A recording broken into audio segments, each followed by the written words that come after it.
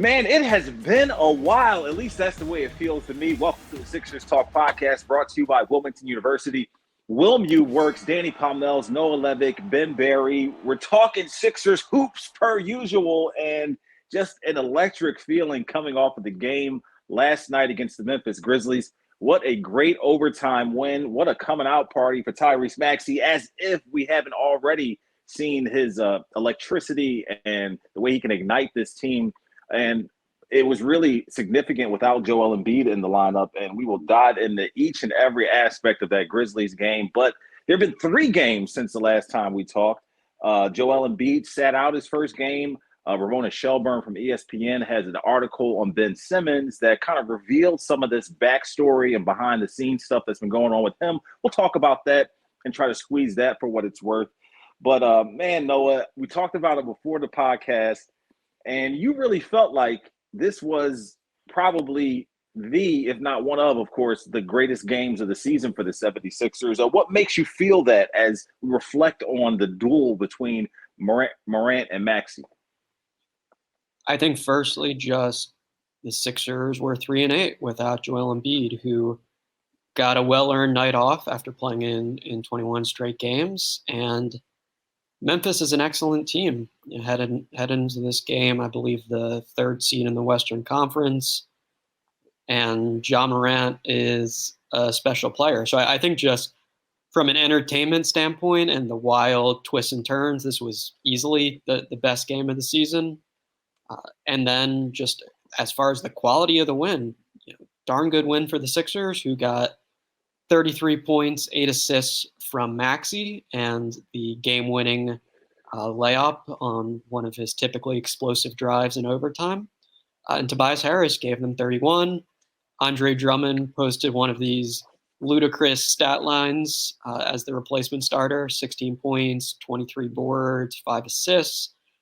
So just a lot of guys stepping up and finding a way to grind out this game. And Sixers have now won 15 of 18.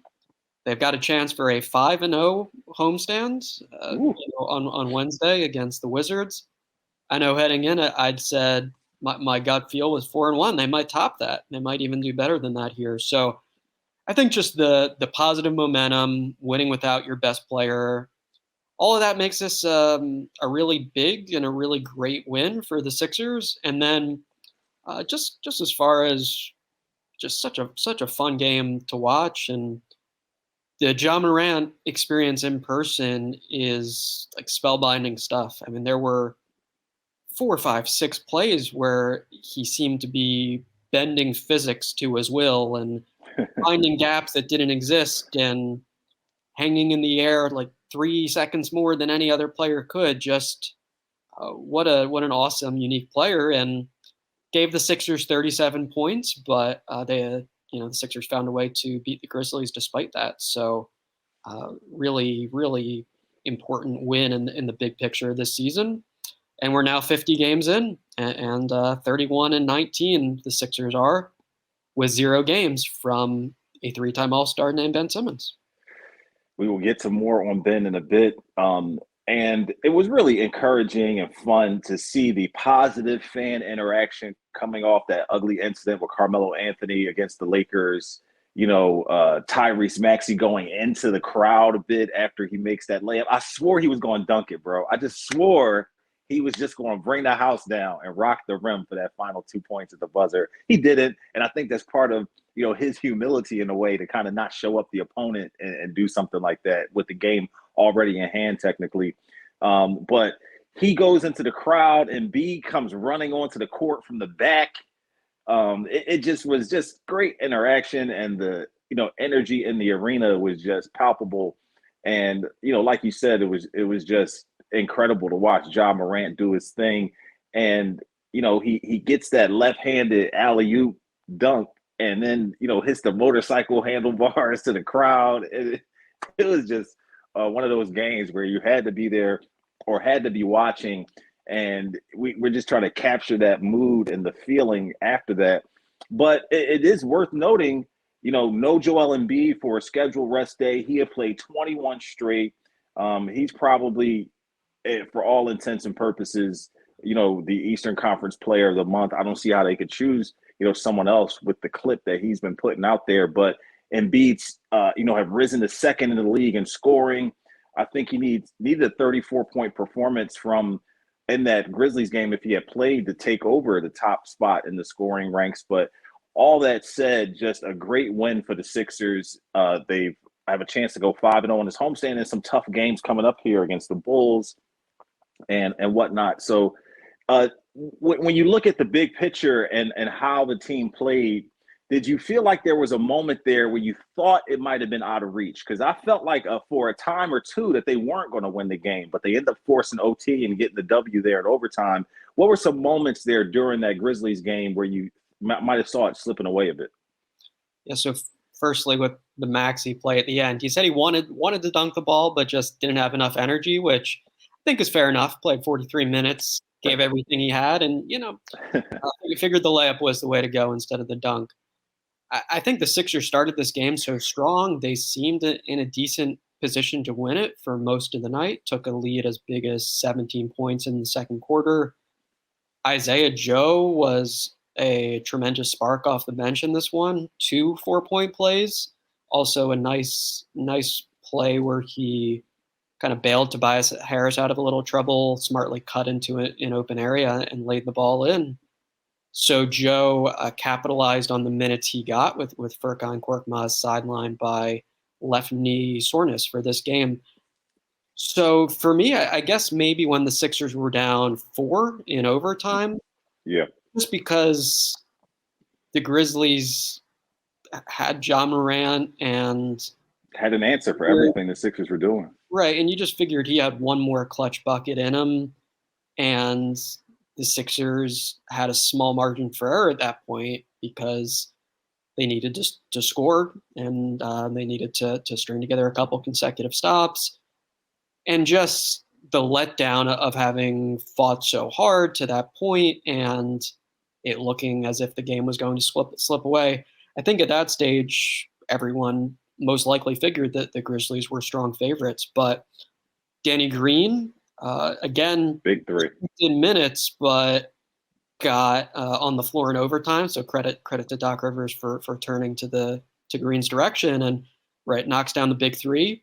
And then Maxey comes up with the game-winning layup. So just a game that it was improbable for the Sixers to pull out, but they did they checked pretty much every box you needed to in terms of how do you beat an excellent team without Joel Embiid. 30-plus from Maxey and Harris, timely contributions from role players, gritty defensive effort, not deterred by the opposing superstar's brilliance.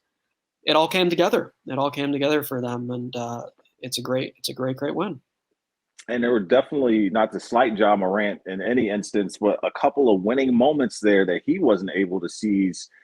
There was a missed free throw that kind of left the door open for the Sixers. There was a couple of wide open threes that he wasn't able to hit 0 for 5 from 3. And for as amazing as his game is, that is a weaker part of his game of shooting that perimeter shot. But let's get into Tyrese Maxey's mindset a little bit, because we've made, so much about, the lack of Ben Simmons being here and the opportunity that provided for Maxey and how he fits in with this team and, the combination of him and Joel together and how close they are and the way Joel kind of plays an older brother role with him. But it was really interesting. Obviously we see the duel on the court and Maxey's just going toe to toe with this Eastern Conference All-Star, possible MVP candidate. And on the court after the game, he was talking to Kate Scott and Ala Abdel-Nabi, and he said, I wanted to put the world on notice. He, if you want to call it a chip on his shoulder or coming into that game, he wanted to show that what he was capable of, who he was, and the skills that he has.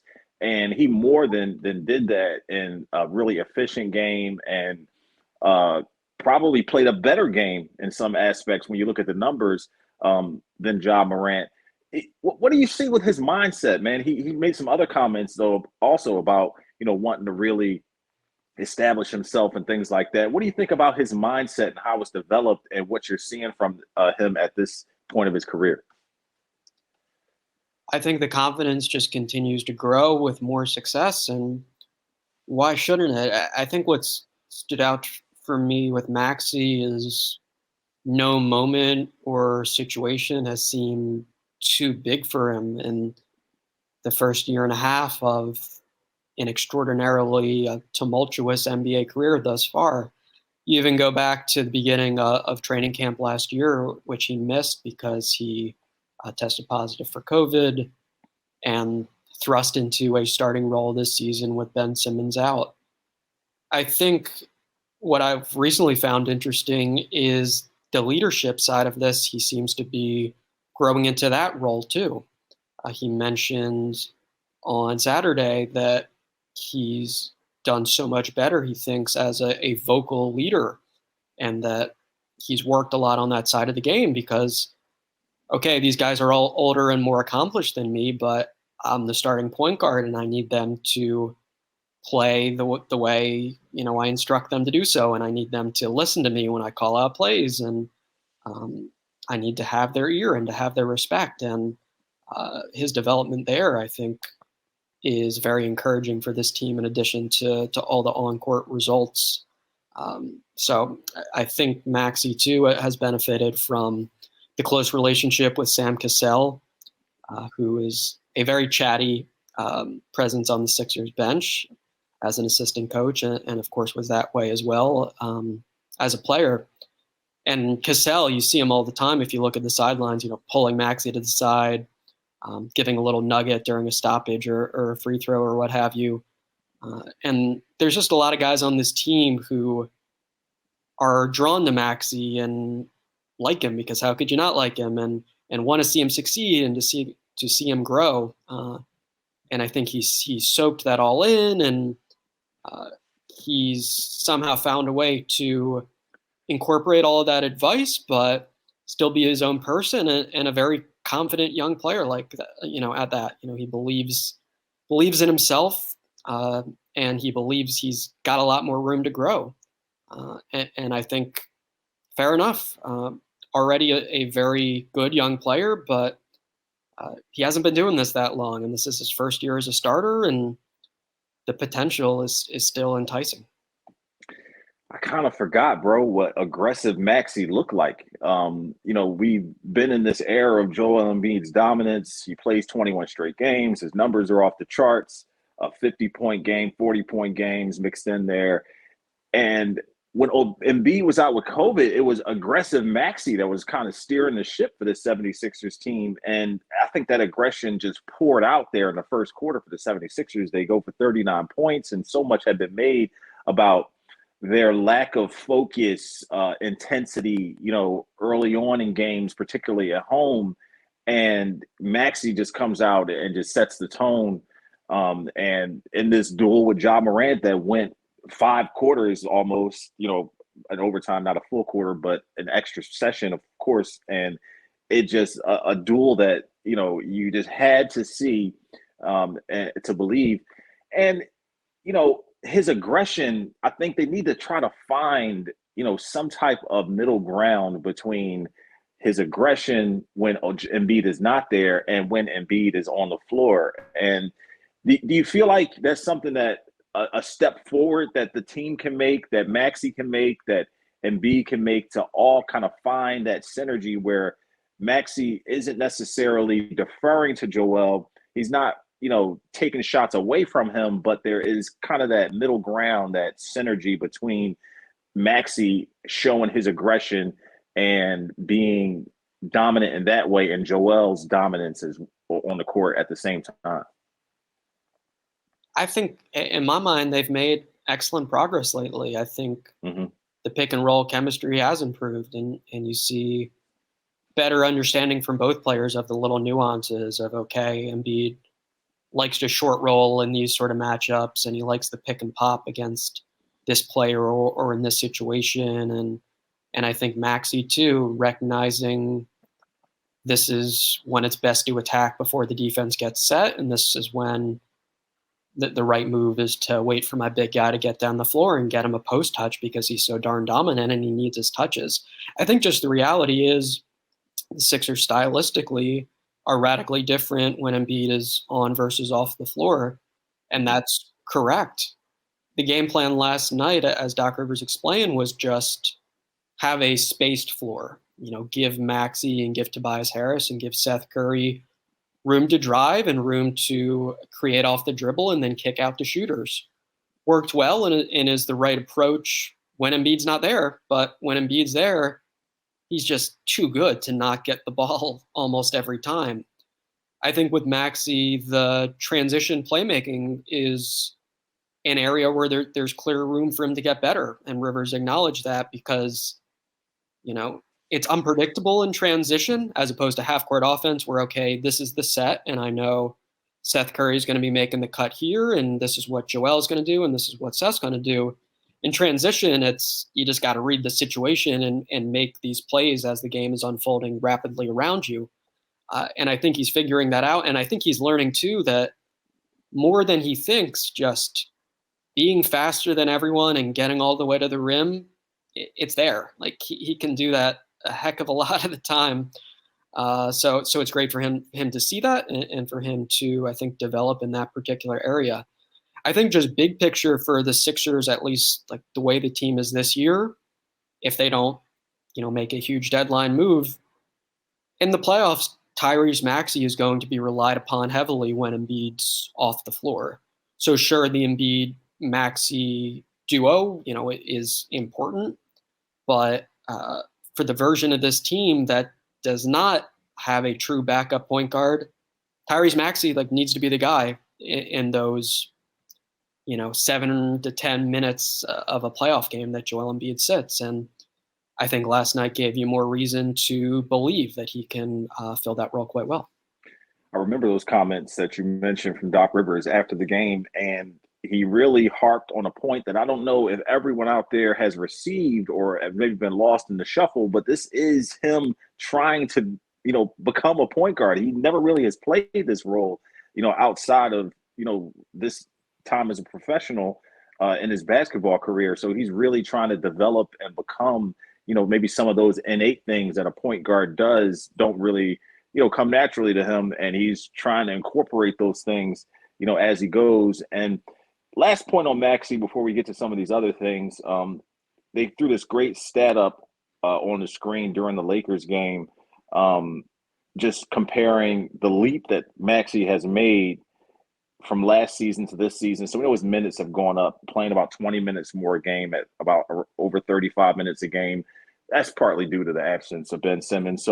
But the thing is, with those minutes, the production has come in droves as well. His points have increased from 8 to 16.6. This is from the Lakers game, so I'm sure those numbers are up higher now after he goes for 33. But he's shooting over 40% from three. His assists have more than doubled. So you take all that into account. You see a game like last night. I asked Coach Jim Lynam, he's coming upstairs after the post-game show. I'm like, Coach, so what's up? Is Maxey untouchable now? And he says, you know what? It's funny you say that, Danny, because I'm never a guy to let one game dictate, how I feel about something like that. But after a game like last night, like tonight, you ready? You ready? Off the table. So I was like, I cracked up laughing at that. So I posed the question to you, Noah. Is Maxey untouchable in a trade to you at this point? I think he's close to it. I think Joel Embiid is untouchable, and at this point, Tyrese Maxey would be behind him, but not that far behind him. I think just it's so easy to imagine the Sixers trading him as part of a package for an older superstar and bitterly regretting it. So, in my opinion, you can picture that you can see that in your head. Yeah, not too hard for me to imagine the Sixers making a move that we're looking at in 10, 15 years. Like, oh man, Tyrese Maxey turned into a multi-time All-Star, and that 32, 33-year-old Sixers acquired Did not, Was past their prime and didn't quite yeah, live to the hype. did Yeah. not lead Joel Embiid and company to a championship. So I'm not sure I personally go quite as far as untouchable. Of course, it's a matter of semantics, Right. but the potential is immense, and he's already a very good NBA player. So uh, Coach Lynham has good perspective on these things. So I trust his judgment there. Yeah, interesting to see that reaction from him. And I put the caveats out there. Harden, Lillard, or what have you. He was saying it would have to be a particular superstar that fits this team really well for that to happen. So he did preface it a bit, but let's move on a bit. And we mentioned his name a few times. He had a spectacular January comparatively from what fans have been asking for from Tobias Harris. And he comes out with Joel not out there, goes for 31 points. I thought it was funny that, Tobias has a great game, goes for 31. And the first question he was asked in the post game was about Tyrese Maxey. So it's like, what are you going to do? But he was humble about it, answered the question, and really reflected and spoke to a lot of the things that we have discussed here about the rhythm, the flow, the pacing, how those things have really complemented his game and put him in a position where he can, really be his best self. So, if you're looking for, a bright, silver lining in all that's happened here with the Sixers facing some adversity and now climbing up the rankings and being a half game out of first place, Tobias Harris has really, come into his own and looking like the Tobias from last season. Right. I think the essential truth with him is when the team's playing well and flowing and moving the ball, he tends to be playing well. And when the offense is stagnant, Tobias Harris tends to be a noticeable factor in those poor offensive Sixers losses. But over his last 7, 23 per, the shooting splits are excellent in that sample size. He's about 56% from the floor and 53% from long range. And I struggle to think, too, over that stretch of many examples where he had an open three and passed it up. I think he's been firing those catch and shoot jumpers from the wing, often created, from Maxey dribble penetration quite regularly now, as opposed to making moves that stall the offense and that disrupt the team's rhythm. So we, of course, had many discussions earlier in this season about what was wrong with him and whether there was any hope for a resurgence. And I think he's showing us still a good player, still talented, and when he's got it going, he's got it going. I think too, it's nice that he still has this in him, despite playing through shoulder pain and having had these post-COVID side effects and all of that. Who knows how much these things continue to affect him, and he tries to be stoic about it and not acknowledge potential excuses or not frame things in that way. But I think just the fact that the production has increased and he's playing similarly to last season as of late, obviously it's positive news for the Sixers. As we head into an important stretch here with 4 games before the deadline and 8 before the All-Star break. He will not be an All-Star reserve this year. I don't think we're spoiling anything by saying that. It would be a true stunner if he's one of those picks. But look, he's not an insignificant reason why they've been stacking so many wins over the last 5 weeks or so. And on top of all that, his stock has definitely risen, particularly because of this incredible January, where 9 days away from the NBA trade deadline, February 10th.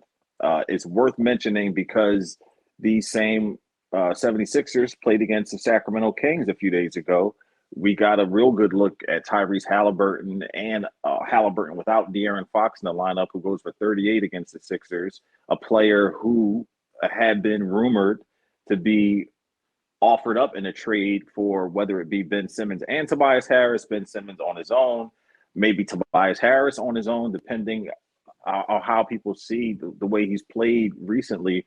Um, are you of the ilk that now might be the time to strike while the iron's hot regarding Tobias Harris's trade value? And do you think the Sixers should be more diligent about, if they're really serious about getting out from under his contract where he's owed almost 80 million over the next 2 years, that with the way he's played in January, and obviously the Sixers already do their homework, but looking at some of these players that the Sixers could maybe use to upgrade their roster, whether it be Jaylen Brown or whoever else you want to think have been rumored to be possible suitors for this, a player that the Sixers have been after.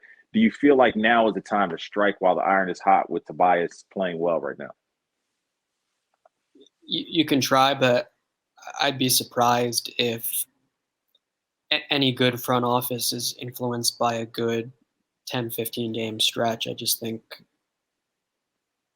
the NBA knows who Tobias Harris is as a player, and they can read the years and money remaining on his contract. So I think it's nice that he's dissuaded, some of the concerns that were surely there about whether he was on a sharp downturn career-wise, but I still find it hard to believe that he's ultra attractive to other teams as far as being a player that they'd like to acquire in a trade, as opposed to taking on the salary because that team very much wants Ben Simmons and thinks the overall package is sufficient. So I'd be surprised if Tobias Harris gets dealt before February 10th. Maybe Daryl Morey stuns us and pulls it off, but I still don't see this stretch as being massively influential on that front is my sense. How do they maximize this trade time if, all intents and purposes, Simmons getting traded here before the 10th is a bit of a long shot? I think Harris being traded with his numbers and the value left on his contract is a bit of a long shot. How do they maximize this trade, window here and bring in someone to help the team get better? I mean, it seems like that's going to be a lot more of a challenging thing to pull off than maybe it should be, considering what the Sixers have some assets. Other teams out there are in need of assets, but yet it seems like those two things won't be homogenous. Perhaps it's still hard to read, and teams' minds can change a lot between now and February 10th. I think since our last podcast, we got the report from ESPN's Adrian Wojnarowski that the Kings have removed themselves from the Ben Simmons mix. Again, we'll see if that holds true, but obviously Woj is as reliable as they come, so you take that report seriously. Halliburton, of course, looks like a player who'd be a nice fit here, and he showed all his talent with some awesome shot making in that game. So I think if the Simmons trade doesn't happen pre-deadline, then one of the next logical questions is, are there marginal moves for the Sixers? I think in all likelihood, yes. Daryl Morey even mentioned in that 97.5 interview with Mike Missanelli that his track record is he likes to do trades before the deadline, even if they're not necessarily blockbuster trades. But we remember last year he thought George Hill made sense for this team. And I think you could argue again, there's a similar case to be made that a backup ball handler of some sort could potentially be helpful. And it's also not that tough to make the case that maybe the Sixers aren't that far off from being a legit Eastern Conference contender, even with a marginal move. So there's a lot of questions to sort through. I think beyond just, does Simmons get dealt or is he still on the roster? And to me, I think I agree with the notion that some help for the bench in the form of ball handling / shot creation would be great if that's attainable. Whether it is, it's still an open question because outside of Simmons, Danny Green has a quote unquote tradable contract. And then I don't think you're looking at much as far as what would be appealing to other teams. The Sixers, of course, have some nice young players, but Isaiah Joe, Paul Reed, etc. Obviously, they're not going to headline a trade package for a super significant player. We're going to talk Embiid, Simmons, and some Matisse Thybulle after we take a timeout. I want to get your thoughts quickly on Spencer Dinwiddie. Some speculation out there that Dinwiddie and the Wizards are having some issues. The team reportedly doesn't like him, or he doesn't quite fit in there. A player who has killed the Sixers in the past, as many of you know, but I'm curious if I see a player like him who can be a combo guard, who can handle the ball, who could possibly come off the bench or start if needed, as a player who could fill some of that void, a better version of Furkan Korkmaz for sure. Does he intrigue you at all? Big time. I think in a vacuum, I'd be all for that from the Sixers' perspective. Again, I'm just not so sure how feasible it is. How that comes together, yeah. Yeah, and just whether that's the sort of move that Daryl Morey wants to make. I think, of course, we know with Simmons, the ultimate desire is a star caliber player. And then I think it's tough to see like a mid-tier sort of deal. Not to disrespect Dinwiddie, but he's obviously not like a top 20 player. So I don't know. It's tough for me to see that happening. Maybe it could. But Dinwiddie in isolation, I agree with all the points you make. I think the pick and roll game with Embiid, there's some intriguing potential there.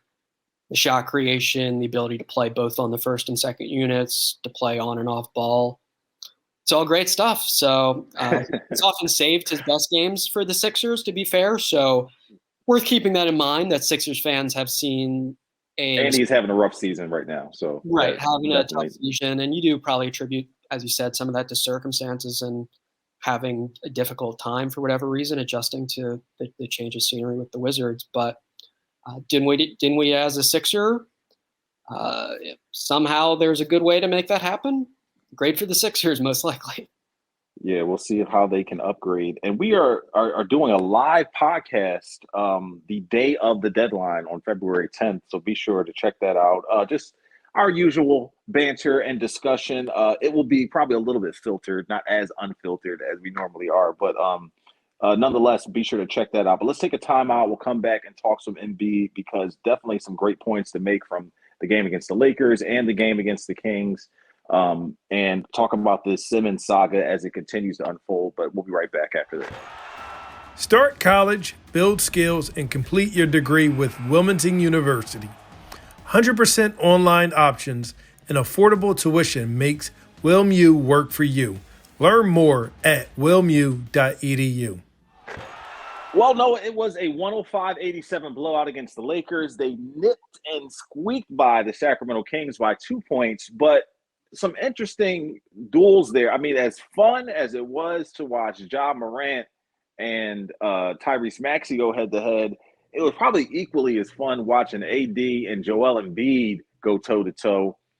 Joel definitely, had some moments where he was humbled, going against Anthony Davis. I remember a dunk, under the basket, a couple of moves that, Joel didn't quite look his best on.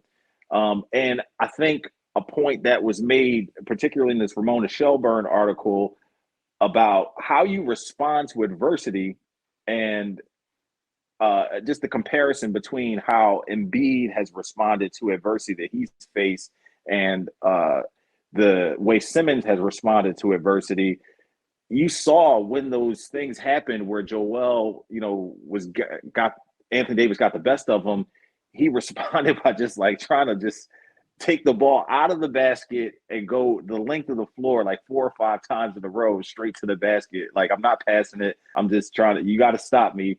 And either you're going to foul me or I'm going to score type of thing. So just the mentality of being able to rise to the occasion and, be competitive and go, toe to toe with someone who's your peer, I think is really interesting. Obviously, Anthony Davis, a top 75 player all time as selected by that most recent list that came out. Also, Marvin Bagley and Rashawn Holmes gave, and some triple teams and maybe quadruple teams that the Kings put on him at times.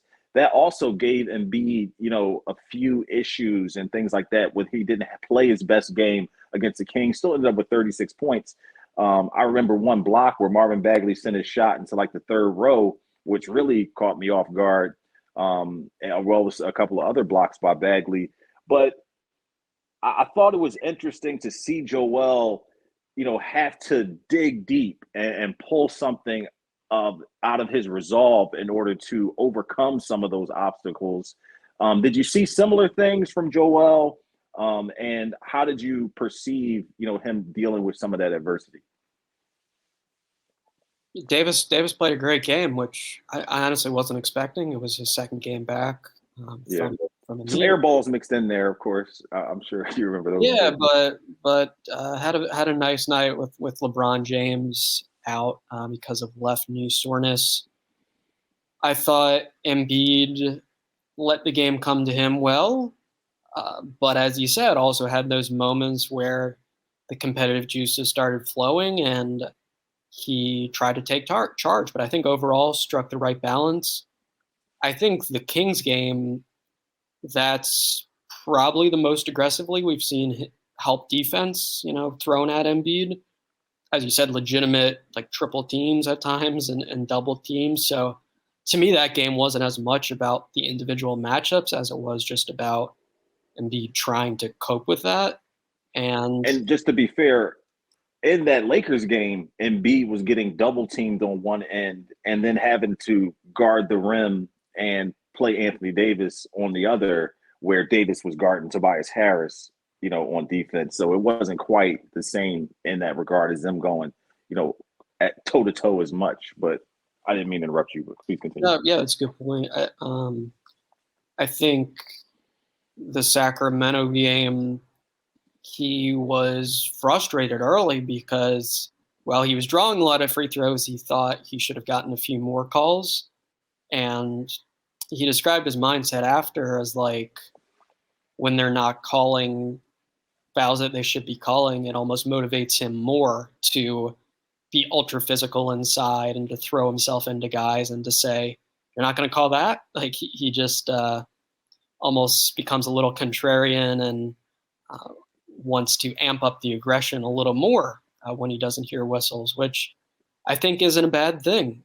He is so talented at drawing free throws that him attempting to do that usually works well for the Sixers. And it's rare, I think, that he does so excessively. I think he knows how to pick his spots of here's where the little rip through moves kind of work. And here's where I can power through the triple team and get my arm slapped or whatever.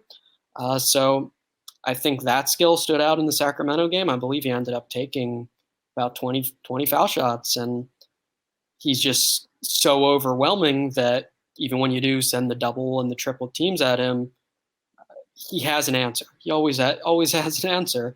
And I think against Sacramento, it was both drawing free throws and then when the defense dictated as such, just hitting the open man, just keeping it simple and finding the open guy. And that's what he did in that particular game. I think it is fool's gold in a sense that these, friendly calls from the referees, and some definitely warranted when he continues to get guys with their hand in the cookie jar and, rips through and draws fouls that way. Those just don't translate to the playoffs. And we saw that last year where he wasn't getting as many trips to the free throw line and not getting some of those borderline calls. And, if I'm an outsider from another team, watching the Sixers, some of those would definitely upset me. It would definitely make me feel like, man, like, is this dude going to get every call on every trip down the floor? And at times, those same calls aren't reciprocated to other players or what have you. But that being said, I just, a little bit of concern about that being part of his game and an essential part, particularly trips to the free throw line, which get his rhythm going when he's not, doesn't have it going on from the floor, but will not get that in the playoffs. And I don't know if you remember that difference or that strikes a nerve with you at all, but that's something that I think about, of that, him getting into this mode of expectation with some of these calls that the refs make, and that, being a great part of his game where it might not translate to the playoffs, or really won't translate to the playoffs. I think that's fair. I think we'll see. We'll judge how he does this season. I can't remember too many instances where it was specifically problematic of him seeking a call, not getting it, and that resulting in a missed shot or turnover. I think he generally adapted to what the refereeing was in that Atlanta series, even if he often didn't love what it was, and had some memorable scraps with John Collins and all of that. But I don't think he needs the free throw shooting. I mean, we can remember plenty of these high scoring games haven't included double digit free throws. It's mostly been about the mid range shot or the post game, or even he'll get hot here and there from 3-point range. So it doesn't strike me as a large concern, but I do think that's valid. And he's talked plenty about the way he works in the off seasons and constructs his game is all about adapting to playoff failures. So initially that was dealing with double teams, and more recently it's been the post fadeaway and the Nowitzki-esque game, and at the nail. And so I think on his end there's awareness of the game is officiated differently in the playoffs, and from the Sixers perspective, hopefully he's able to score a lot of non-free throw points this postseason. Last point on Embiid, and we'll get to some Thibault and then Simmons. But Joel Embiid, a scheduled rest day after those 2 games between the podcast, the third game between podcasts being the Grizzlies game, a scheduled rest day. Before the game, Doc Rivers, when asked about it, reflected on Embiid not playing in an interesting way to me, because he made it seem as if, he was given a calendar for the month of February or, January, or, this new stretch that the Sixers are on. And in that calendar, it had, what days Embiid would be playing and what days he wouldn't, or something to that effect. And he was just, laissez-faire, hands off with, having input or having anything to do with Embiid not playing last night, that it came, from above him, the front office, whether it be the sports science people or, Maury or Brand or whoever you want to tie that to. But he made it seem as if he was absolved or not involved in the decision to sit Joel. And I didn't think Joel was in the arena at one point until he came running out from the back to celebrate with the team. But what did you make of that? Like, it just seemed like a weird response, and maybe he wasn't quite as forthcoming with all the information that he knew. I mean, of course, that's to be expected, but it was just a weird response to, hey, why isn't Joel playing tonight? Why is he scheduled to rest against the Grizzlies? And, I can see some of, hey, you can avoid the beating Steven Adams might give him, or, dealing with that. There is a back-to-back coming up with the OKC Thunder and the Cleveland Cavaliers, and you think that might suit itself more to and be sitting against OKC. But what did you make of Doc's response to that? Because it seemed a little weird to me. I think it was strategic in that there's no reason for him to divulge a ton of details about what the specific process actually is, and it doesn't hurt for him to frame things as, Doc Rivers, don't play a big role here. I'm just listening to higher powers. on the sports science side. So No one believes that. No one right. believes that. I mean, just last week, Rivers was asked if there had been discussions about a rest day for Embiid, and he said they'd had discussions about it, and that Embiid thus far had been resistant, and that Rivers didn't mind that. He likes Embiid's competitiveness, and then he wanted to keep playing. So clearly, Doc Rivers plays a part here, if not a large one. Clearly, Joel Embiid's voice is very important, and clearly, the Sixers also listen to their sports science folks who construct plans on how to best handle their players. I do think with Joel Embiid, it's notable that after the Lakers game, he admitted that he wasn't feeling his best. He was feeling a bit tired. And then in the Sacramento game, he had this incident in the third quarter where he made an and-one layup and then collided with Halliburton, tweaked his neck a little bit. He said it snapped on the play a little bit, and he was kind of grabbing at it. Said he was fine, that everything was fine. No reason to believe that that's untruthful, but after playing 21 straight games, he was at a point where his health wasn't 100%. And therefore, regardless of how exactly we got there, I thought him getting a night off, was reasonable. And it's a process that I think in all likelihood will continue to be murky to some degree, just because the Sixers don't want to give away the inner workings too much. But I think we can at least be comfortable in knowing it is collaborative to some degree, that they're trying to look out for Embiid, and that they're also trying to listen to him and respect that he wants to grind through and that he wants to keep playing. And he's only got 8 more here before the All-Star break, so you'd figure unless anything goes wrong, he should play in all of those and should be good to go for this stretch. Yeah, some great games coming up as we talked about: Bulls, Suns, etc., Cavaliers. And on top of that, you got Embiid.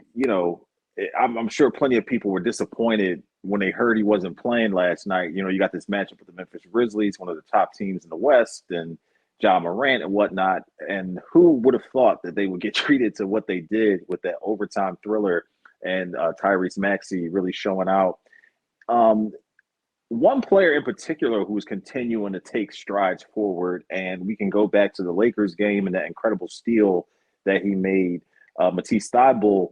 We're seeing also him with less hesitancy on his three-point shot. We're seeing him make, some of these three-point shots and really, playing that dunker's role, sneaking back door, some opportunities even that the Sixers missed him on when he was wide open down there in these past few games. But just really encouraging to see Matisse continue to take these strides forward in a time where the Sixers bench has so much spotlight on it because they've had these, injuries with Danny Green and Seth Curry and Shake Milton, who is still out, and the dearth of reserves who can contribute in the way the Sixers need. But here is Matisse Thybulle showing some more progress in the development of his game. Has to be a bright spot for the Sixers right now, no? I think, honestly, with Thybulle, I don't read too much into the percentages over little stretches.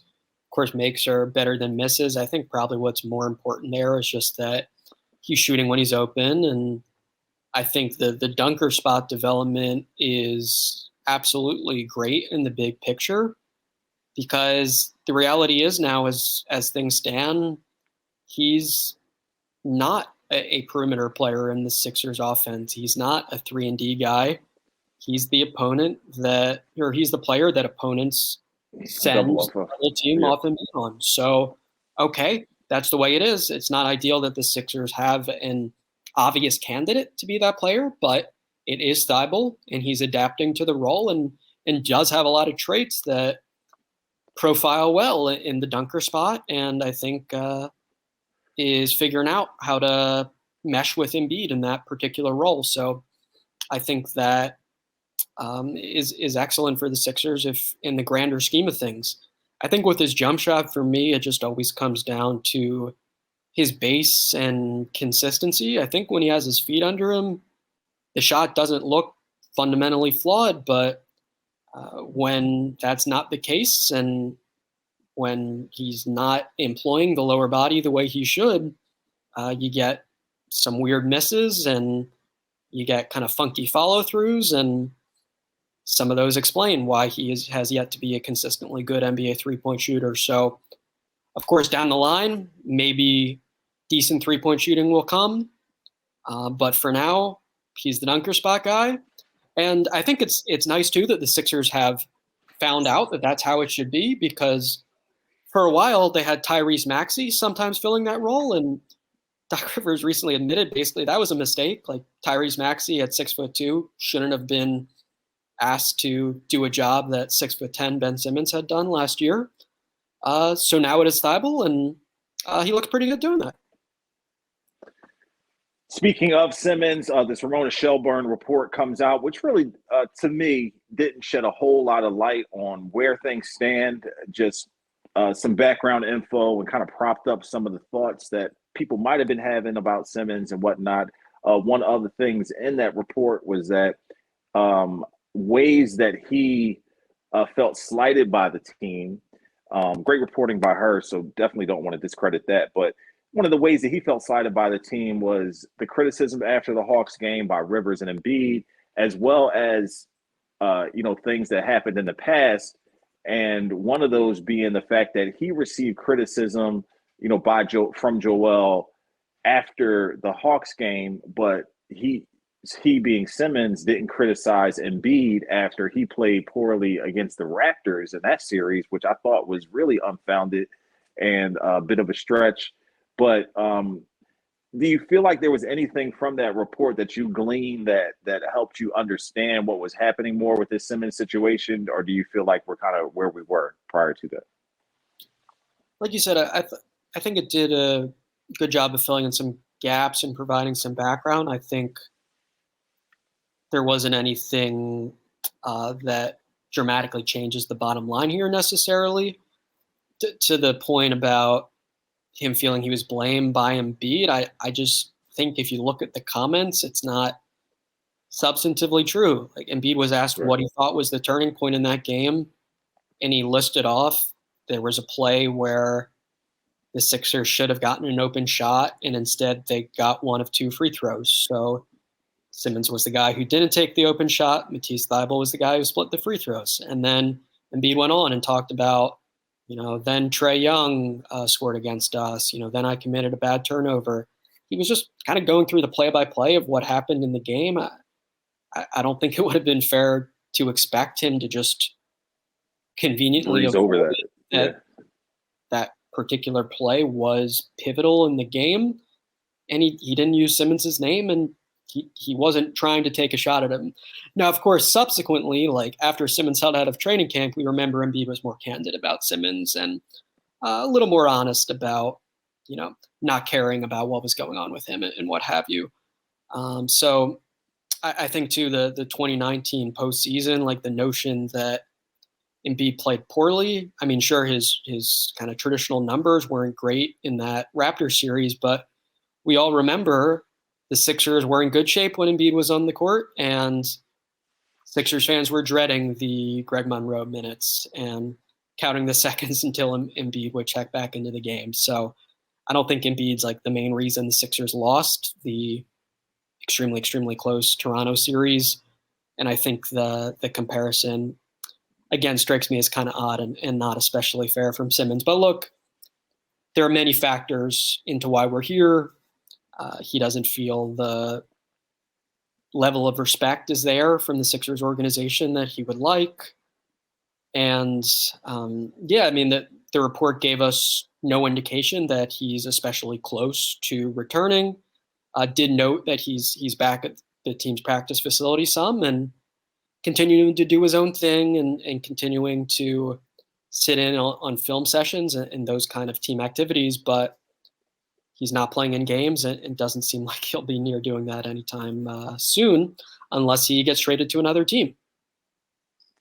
I think I would have to go to Shaquille O'Neal's comments on the Simmons situation to make sense or make a point about Ben feeling, that his, feathers were ruffled by Embiid and Doc Rivers' comments after the Hawks series, because I think, your mentality in a lot of ways after something like that would be, man, I need to play better, or I need to improve or do more.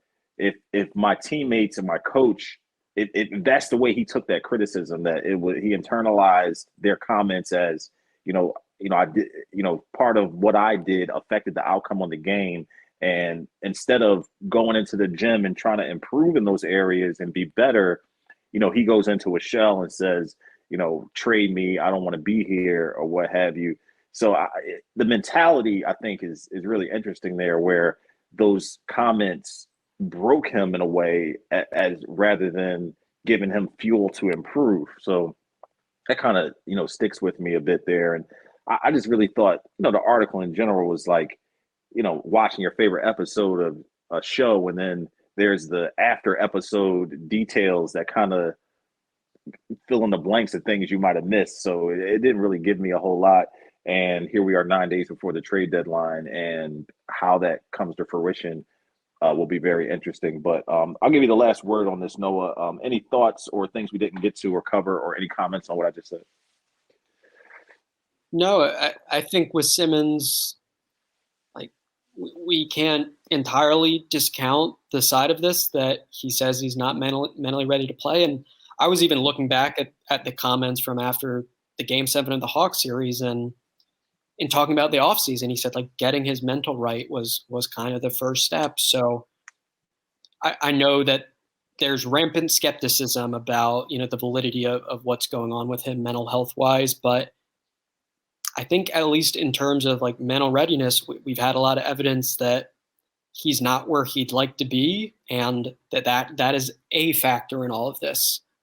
And because he hasn't spoken since the Hawks game, it's tough for us to discern exactly how much of a factor it is. But clearly that's playing a role here, and clearly mental performance was just a glaring flaw in the Hawks series. Like, he was physically capable of shooting better than 34% from the foul line, and he failed in the big moments because of the mental side of the game. So that's kind of how I see that little part of the discussion, at least.